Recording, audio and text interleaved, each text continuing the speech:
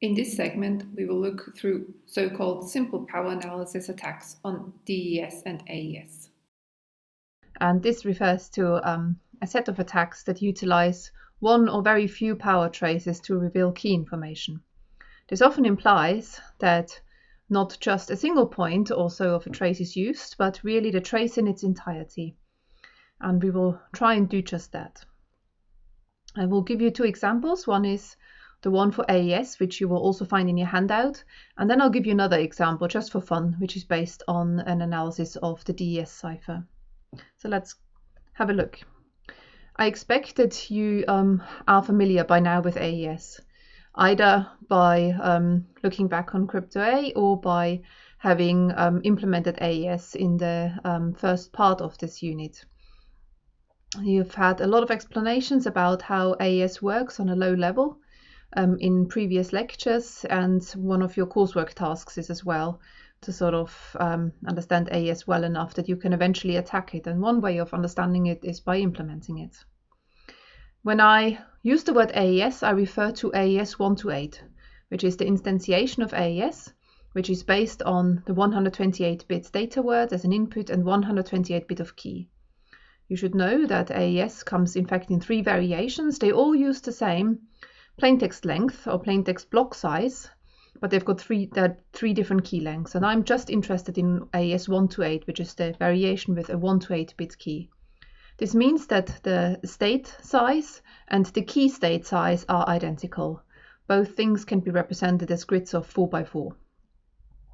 If you've got AES with a longer key, then the key state would be larger and it takes longer to mix the key in. And in terms of a difference, when it comes to differential and other side channel attacks, there is a small difference, but it is insignificant for our purposes, so we will just stick with AES 128 and not worry about the modifications that one would have to do in order to make these attacks also work for AES with larger key sizes. So to briefly run through things for today, AES in its 128 configuration requires 10 rounds. 9 rounds have all 4 round functions in it, and then the final round omits mixed columns. The round functions correspond to sub-bytes, so this is a byte substitution where from the state you grab a byte and then you substitute it with a different value. This different value could be computed on the fly by an analytical expression or by utilizing a table lookup. I assume your implementation will actually use the latter. You do shift rows, where you take a row from the state and then you left rotate it by a certain number of positions, and that's all specified in the AES standard. Then you've got mixed columns, which is the only operation that really isn't byte orientated in AES, where you have to take out a whole column and then you mix up the bytes in the column in a specific way. Again, this is all clearly defined in the standard. And then you write the column back into its position on the state. And that round key is again a byte orientated operation where you take a byte from the state and you take the corresponding byte from the key state, you XOR the two things and you write it back into the state matrix. So this is really AES. It's fairly simple in terms of its structure. And it also is fairly simple when you have actually implemented it in software. But what we are interested in is we want to sort of look at power traces of AES, and we want to make sense of these traces. So it really pays off to think a little bit about how AES, in this sort of high-level description, how this would be mapped to something that really runs on a processor. If you think about your implementation, you had to translate the specification of AES, the standard, into, I guess you will have all just chosen C. Although maybe some of you have tried to implement it natively in assembly already. So the first translation is from the standard to C, which is a high-level programming language. And then C itself can't run really on the microprocessor. The processor that you're using has a specific instruction set, an ARM instruction set. So somewhere, something, and this thing is the compiler, translates your C implementation into instructions that can really run on this processor. So if you actually look through your files, through your compiled files, you may well find somewhere a file that contains the assembly instructions, so the representation of AES, how it would really run on the processor. To make a visual analysis and making sense of power traces particularly nice, in the handout and in these slides, and all of that depends on the book that I co-authored, the DPA book, which you can get from the library, we choose a very, very specific, particularly nice processor to take traces from. That processor is much simpler than the one that you are using for your coursework. It's a native 8-bit processor, which means that it really only operates in 8-bit data words. It has got a very simple architecture, which means there's absolutely no parallelism, there's no pipelining. 8 bits get manipulated one at a time. It's only got one bus, so also data and addresses, they all go over the same bus, and they all have the same sort of leakage. Your processor, the one that is on the scale board, is an ARM M3. This is a native 32-bit processor. So even if your AES implementation just always touches 8 bits at a time, there will be more happening on the processor that you're not controlling possibly. So your traces won't look quite as nice, but they will share many characteristics, and it makes it interesting for you to have something that's maybe slightly different to what I'm showing you here in terms of your own learning. So let's have a look at some power traces. As I said, there's a process that translates something that you've implemented in C to instructions that can really run on a processor. The instructions that can run on a processor are very specific to that processor. So an ARM processor has got a different instruction set than, for instance, the Atmel that we used to produce the traces that I'm going to show you in a minute. The instruction set of our processor here now is much simpler than the one that you have, but AES only requires very simple instructions on a low level. So although instructions here in my slides may be called differently from the instructions that you have on the ARM processor, they sort of do the same thing. So let's think about how the different AES components, the round function components, translate possibly into low-level instructions. So we have got the add round key function that we need to do, which essentially takes a byte from the state and a byte from the key and then XORs the two things. Taking a byte from the state means fetching something from some memory. So this is some data transfer. In the ARM instruction set, this might be called a load. In the 8051 instruction set, this is called a move instruction. And the instruction that we're going to use at the beginning to fetch plain text probably takes the plain text out of RAM and not out of a register. So it will move something from RAM into a register, and the same is true for the key. And then it will XOR the two values. So this is an ALU instruction. So add round key really just boils down to moving something and XORing it. Subbytes, most likely on an 8-bit processor, also on a 32-bit processor, when you don't need to minimize your memory footprint, you would probably pre-compute this table and then just do it as a table lookup, which means that you fetch a byte from somewhere. Maybe you still have the byte that you're going to substitute in a register, and then you really just need to sort of find the new value elsewhere, which might sit in RAM or whatever else, and then you write this back into your register. Shift rows just essentially changes the position of bytes in the state. So this is again just a memory transfer if you have got it explicitly implemented and not implicitly in some arithmetic that writes things back in the right place when you do subbytes. And then mix columns takes bytes from the state, so it takes a whole column, which means it takes 8 bytes. And then it does some more complicated arithmetic, but basically all what you need to do is maybe some shifting and some ANDing, and shifting could maybe just be a move instruction. On the ARM there are shift instructions available. On the processor that we here have, it's just moving things around cleverly and then ANDing them with corresponding values and XORing them. So that really is all what AES boils down to in a low level, from a low level viewpoint. You need data transfer moves in the language of the 8051 processor, and you need XORs and some ANDs, and that was it.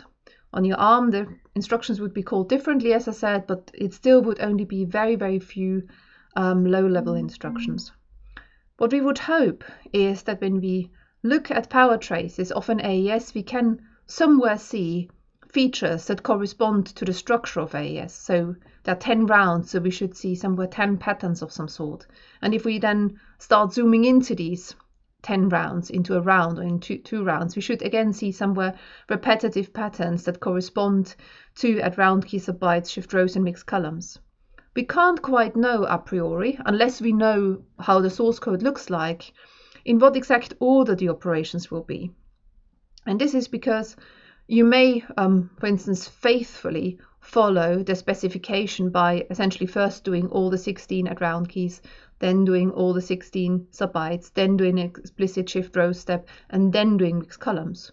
Or you might choose to do all of the byte-orientated instructions in one go, which means that you would take out a byte from the state, the corresponding byte from the key, you would do the at round key, so XOR it, and then you would immediately do a sub-byte and then write it back into the right position of the state. So you would do at round key, sub-bytes and shift rows in one go, and then you would only take the next byte. So there are different ways of implementing around, and we can't quite know yet, when we don't know the source code, what to expect from a trace. So let's have a look. So this here is a trace taken from this Atmel processor, and if you look at the bottom of the trace here, so the lower half, then you can see that there are 10 equidistant peaks, and they correspond to the rounds. And the final one here is much shorter, and this is because there's no mixed columns. So in this very simple microprocessor, mixed columns makes the majority of the AES computation, really.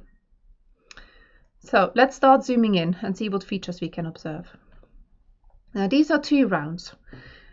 You can sort of see them maybe slightly more easily by sort of paying some attention to the time points that I've indicated here and the bars that sort of tell you, well, this is round 1, there is a key schedule, and this is round 2.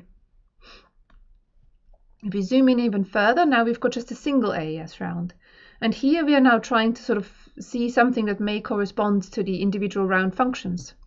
And what we can see here is that there is sort of there is a repetitive pattern that occurs many times, and then there is something fairly weird. And this indicates that here we are not having 3 times 16 patterns, but we've got 1 times 16 pattern, which means that we are probably doing add round key subbytes and shift rows in one sort of little pattern, and then we do that 16 times rather than having them all individually. So this pattern then must be mixed columns. And then at the end we've got the key schedule. So let's zoom in even further. So here now we have just got 2 sort of bytes that are being manipulated, byte 1 and byte 2 of the state, and we know that the implementation, so we now know that the implementation probably does at round key, subbytes and shift rows. So these instructions correspond to them, and then they will do something else. So I would say that if you sort of look at this pattern here and look at this power trace, there are some things which bear some similarity. So this sort of thing here, this particular dip, and this particular dip here, they look very similar to me. I appreciate you might not sort of have the same reaction to this because you haven't seen that many power traces, so your eyes aren't trained to make out these patterns. But also this component here, and there is another component there, they look very similar to me. To make your life easier, I will overlay them with some colors here. And you should hopefully now be more able to see some similarities. So if you look at the first blue pattern here on the left, and then you compare it with this blue pattern here further on, then you should see that this is really the sort of the structure is very, very similar. It's not identical, of course, there's noise on those traces, but it looks very similar. And similarly, we have got this sort of reddish pattern here, and another reddish pattern here, and if you sort of look closely enough, then I think you should agree with me that they have some similarity. And there's something in the middle that I haven't actually color-coded, and that indicates it has nothing to do with that round key subbytes and shift rows. And I'll explain it now to you.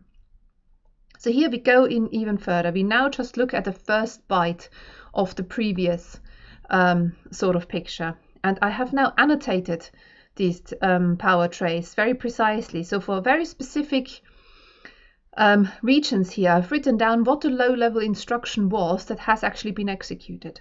And to make your life again easier, we'll step through it with some color coding, which will hopefully help you to see the same things that I see.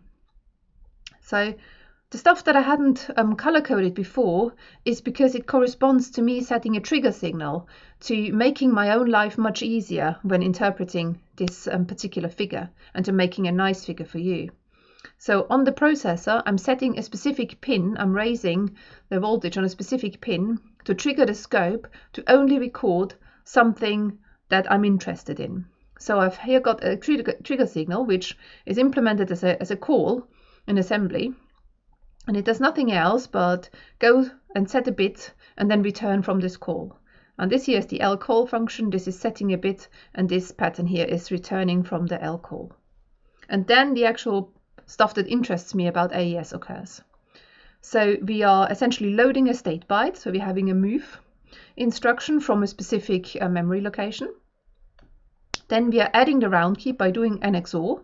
So we are adding something else into the accumulator where our plain text is already in. And we're keeping it all in the accumulator. Then we are making a substitution, again from a specific memory location. And we are writing it back into the accumulator. So this is now our sub bytes. And then we are putting it in the right place, which is our implicit shift rows. This is another move instruction. And then we are done with the pattern at round key, sub bytes, and shift rows. And hence I'm calling the trigger signal again to to clear the trigger signal. And therefore I know that the pattern of interest has finished. And this is again an lcall assembly instruction, which clears my bit and then returns from the call. And this is sort of how I can attribute every single bits of my power trace. I can attribute to some form of low-level assembly instruction. And this is all very accurate because for this microprocessor, I know exactly how long these instructions take, so I can count out literally in my figure where an instruction starts and where it ends. What does it give me? It doesn't just give me a nicely colored picture. It actually is an enabler for some interesting cryptanalysis, because if I can pinpoint all of these instructions uniquely within a power trace, admittedly I helped myself here by inserting trigger values, then an adversary wouldn't be able to do in the same way. An adversary would just be able to trigger on the very start and maybe the very end of an AES encryption.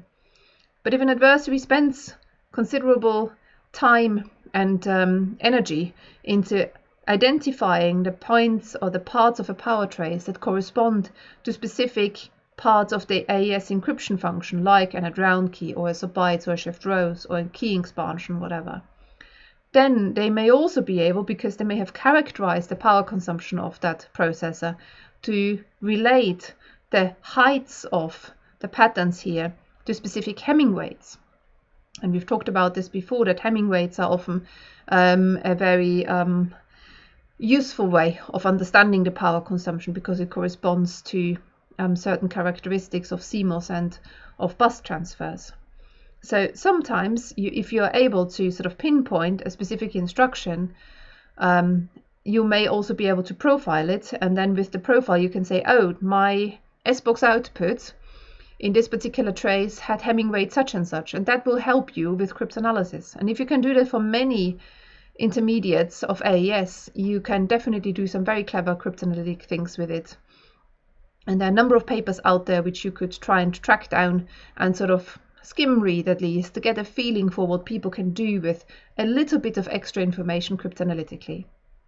So to sum this up, it is possible, if your traces are nice enough and the device is simple enough, that you can really identify low-level instructions in a power trace. You can relate these instructions normally back up to intermediate values of an algorithm. And if you then can also associate this with some extra information like Hamming weight or the value of some bits, then you can do cryptanalysis. And this means that you can break AES with a single power trace often. I now want to move on and give you a different example where it's actually even easier.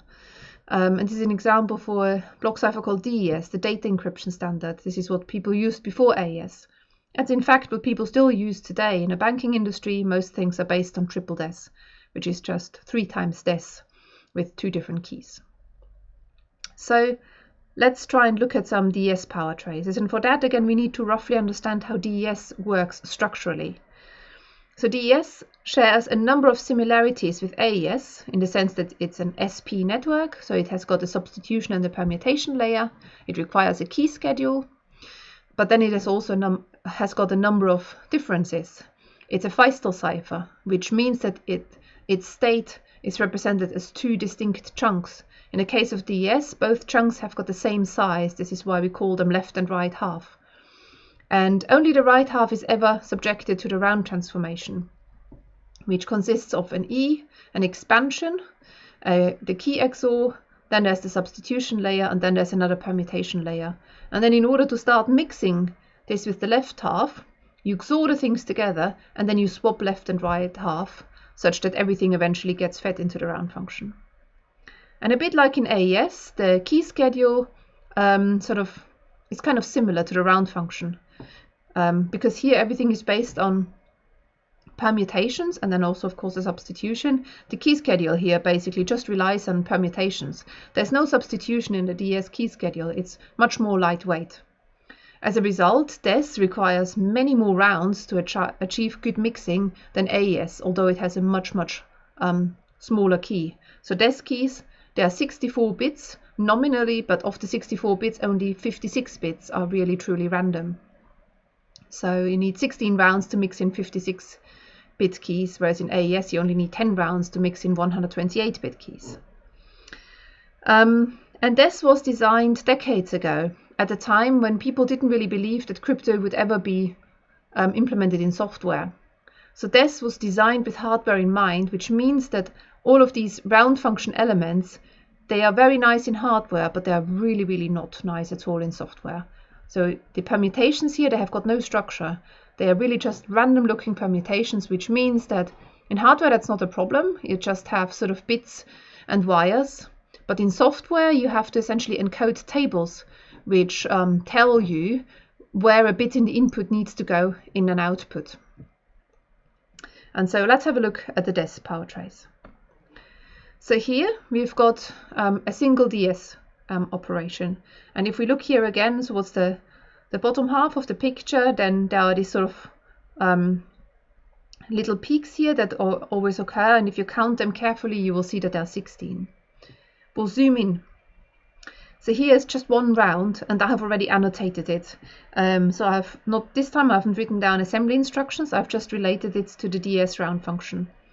So remember, we need to have round keys available, and so we need to have a round of key schedule in DES, which consists of a PC1 permutation, an LS, a left shift, and then another permuted choice permutation. And then here we go into the round function, which is an expansion, a key XOR, the S box, a permutation layer, the XOR with the left half, the swapping of left and right half, and then another key schedule starts. To make it a bit easier to see, I have again used some colors here for you. And I think the pattern that maybe stands out most is the XOR here. And we see this twice. This is the XOR with the key, and then this is the XOR with the left half. And once we have identified these two components, we can kind of start extrapolating. If that's the XOR with left and right half, then the pattern before, which is probably this chunk here, must be a permutation. And it kind of makes sense because remember, a random permutation in software is most likely implemented via a table lookup. And so we see here many sort of individual peaks which probably correspond to touching each bit of the state and doing something with it. So if that bitty thing here is a permutation, then the only thing between the permutation and the XOR must be the S box lookup, and that looks quite different to the bitty thing here and the XOR here, so that kind of makes sense. Before the key XOR, we know that there is the so-called expansion permutation, which takes a bit and then checks whether it has to be doubled or not, and then it also needs to move it somewhere. So this sort of complex, lengthy process is this pattern here. And then before that, we know we must have created our round key. So this means this sort of bitty thing, which looks in a way similar to this part of the power trace. It must be another permutation, and this will then have to be the permuted choice 2, which is the end of the key schedule, which means that this slightly different looking pattern here must be the left shift, and this here hence must be the permuter choice 1. So we can sort of make out really what the different patterns really are and relate this nicely back to this. Now let's look in further, and this time we're not going to look into the encryption round. This time we're going to just look at the leakage that comes from the key schedule, so the part here that corresponds to PC2. So let's zoom in further into the permuter choice 2 component. So permuter choice means that you have a permutation, but you also drop some bits. So the input to PC2 are 56 bits of the key, and the output will only be 48 bits, so we are dropping some. And then let's again consider how would we do a random permutation in software. Well, to make maybe things slightly more efficient, we would probably want to initialize our output to be something, maybe all 0 or all 1. Here on this slide I made the assumption that everything was initialized to 0. And then we're going to go through our input and we will decide what to do with an input bit. If the input bit is already 0, then we don't have to do anything because all output bits are 0. So that's fine. But if an input bit has been 1, then we need to make sure that we are setting the right output bit to 1. And the right output bit will be determined by some form of table that tells you where does the first bit go, where does the second bit go, where does the third bit go, and so on.